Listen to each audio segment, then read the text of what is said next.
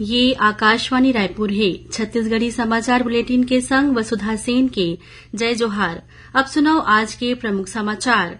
प्रधानमंत्री नरेंद्र मोदी काली रोजगार मेला में लगभग 71,000 युवक मन ला वीडियो कॉन्फ्रेंसिंग के माध्यम ले नियुक्ति पत्र वितरित करही। बलौदाबाजार रायपुर राष्ट्रीय राजमार्ग में बीते रतिहा पिकअप वाहन और ट्रक के बीच होए टक्कर में 5 महिला सहित 6 जन के मौत, 20 ले ज्यादा लोगन मन घायल। और जांजगीर चांपा जिला के रोगदा गांव में कथित रूप ले देशी शराब पिए ले 3 जन के मौत। अब समाचार विस्तार ले। प्रधानमंत्री नरेंद्र मोदी काली वीडियो कॉन्फ्रेंसिंग के माध्यम ले लगभग 71,000 युवक मन ला नियुक्ति पत्र वितरित करही। ये अवसर में प्रधानमंत्री हा नव नियुक्त युवा मन ला संबोधित घलो करही। ये रोजगार मेला देश भर के 45 ठन स्थान मन में आयोजित होही। गौरतलब है कि केंद्र सरकार के विभाग के संगे संग राज्य सरकार और केंद्र शासित प्रदेश में ये भर्ती करे जात है। देश भर ले चुने गए ये युवा मन ला अलग अलग पद में नियुक्त करे जाही। नवनियुक्त युवा मन ला कर्मयोगी प्रारंभ के माध्यम ले प्रशिक्षण प्राप्त करे के अवसर घलो मिलही। रायपुर में ये रोजगार मेला भारतीय डाक विभाग डहार ले WRS कॉलोनी के कम्युनिटी हॉल में आयोजित करे जाही। केंद्रीय जनजाति कार्य राज्य मंत्री रेणुका सिंह ये कार्यक्रम में मुख्य अतिथि के रूप में उपस्थित रही।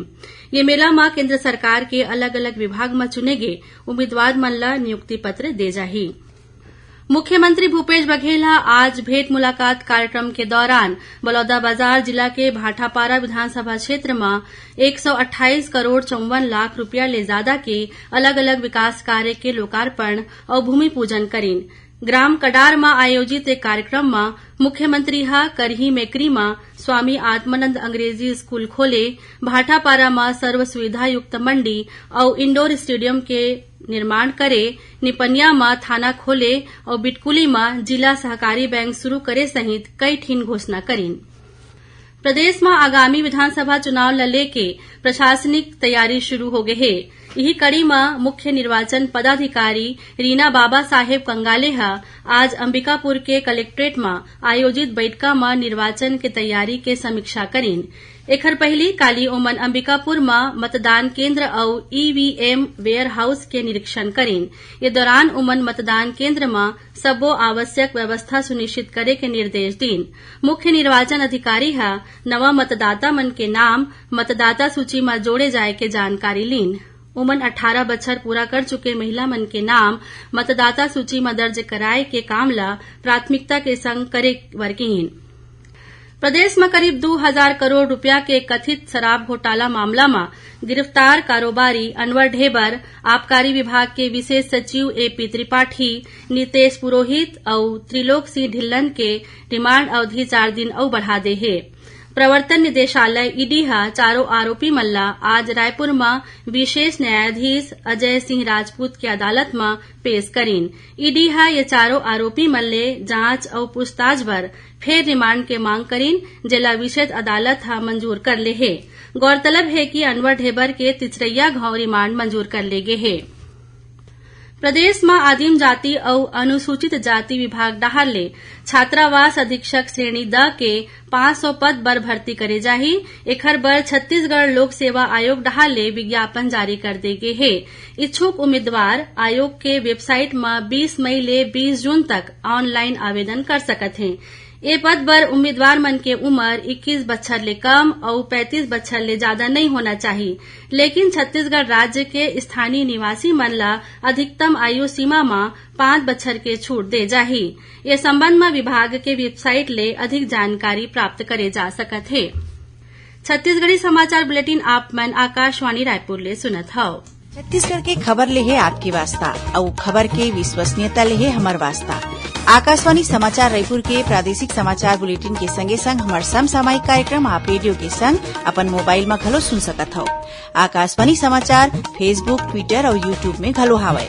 हमार फेसबुक पेज हरे Chhattisgarh news on AIR, Twitter handle CGAIR news और हमार यूट्यूब चैनल हरे छत्तीसगढ़ AIR न्यूज।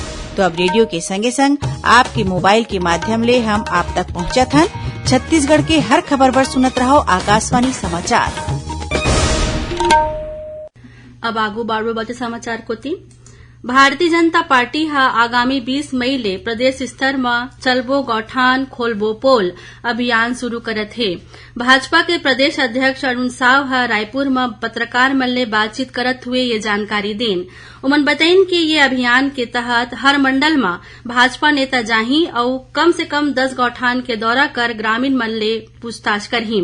यह अभियान के तहत एक फीडबैक फॉर्म जनता का पंचनामा नाम से तैयार करे गे है। एखर माध्यम ले गौठान ले संबंधित 10 ठन सवाल हर जगह पूछे जाही। श्री साव ह आरोप लगाइन कि छत्तीसगढ़ में कांग्रेस सरकार ह 1300 करोड़ रुपया के गौठान घोटाला करे हे। ये गौठान घोटाला चारा घोटाला ले घलो बड़े हे। उमन किहिन की गोबर खरीदी के नाम में हर महीना करोड़ों रुपया के भुगतान सरकार डाहर ले करे जात है। फिर ये पैसा कहाँ जाथे खर कोई पता नहीं है। बलौदाबाजार रायपुर राष्ट्रीय राजमार्ग में बीते रतिहा पिकअप वाहन और ट्रक के बीच हुए टक्कर में 5 महिला सहित 6 जन के मौत हो गए। ये हादसा के 20 ले ज्यादा लोगन मन घायल हो गए हैं, जिन ला इलाज बर बलौदाबाजार के जिला अस्पताल में भर्ती कराए गए हैं।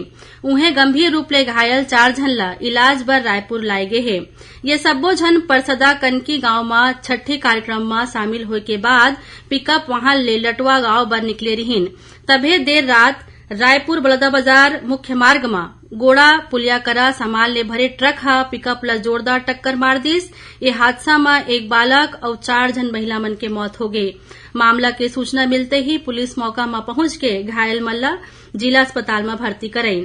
मुख्यमंत्री भूपेश बघेल ह ये हादसा में गहरा दुख व्यक्त करत हुए मृतक मन के परिजन ला हर संभव सहायता और घायल मन ला बेहतर ले बेहतर सुविधा उपलब्ध कराए के निर्देश दे हैं। यही बीच बलौदाबाजार कलेक्टर चंदन कुमार और पुलिस अधीक्षक दीपक झा आज जिला अस्पताल पहुंच के घायल मन के हालचाल जानी। कलेक्टर सबो जिलावासी मन ले अपील करे हैं कि ओमन बारात सगाई और छठी जैसे कार्यक्रम में आए जाए बर माल वाहन गाड़ी के जगह निर्धारित सवारी गाड़ी के ही उपयोग करें और यातायात नियम के पालन जरूर करें। इति दुर्ग जिला में कार और मोटरसाइकिल के बीच टक्कर होए में 2 झिन युवक मन के मौत हो गए। अंजोरा चौकी प्रभारी उप निरीक्षक पवन देवांगन बताइन कि ये हादसा शिवनाथ फ्लाईओवर करा बीते रथिया होए है। मृतक दोनों युवक भिलाई के रहिया रहीन।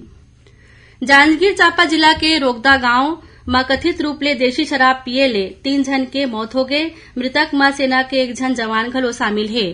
घटना के सूचना मिले मां additional SP Anil Soni, Janjgir SDM Nandini Kamlesh Sahu और एसडीओपी चंद्रशेखर परमा मौका में पहुंचीन। प्रभावित परिवार के परिजन मन ये मामला के निष्पक्ष जांच कराए और मुआवजा दे जाए के मांग करे हैं। उन्हें फॉरेंसिक विज्ञान प्रयोगशाला की टीम आज रोगदा गांव पहुंचीन और साक्ष्य इकट्ठा करीन। यही बीच पुलिस शराब बिक्री करैया दुकानदार ला हिरासत में लेके दुकान ला सील कर दे है। उती नेता प्रतिपक्ष नारायण चंदेल रोगदा गांव पहुंचीन और उमन ये मामला के निष्पक्ष जांच, दोषी मन पर कार्रवाई और पीड़ित परिवार ला 50-50 लाख रुपया मुआवजा दे के मांग करे हैं। उमन ये घटना पर छत्तीसगढ़ सरकार के नीति ला जिम्मेदार ठहरावत हुए प्रदेश में पूर्ण शराबबंदी के मांग करीन। रायपुर के पंडित जवाहरलाल नेहरू मेडिकल कॉलेज में काली अंतर्राष्ट्रीय नर्सेज दिवस कार्यक्रम के आयोजन करेगी।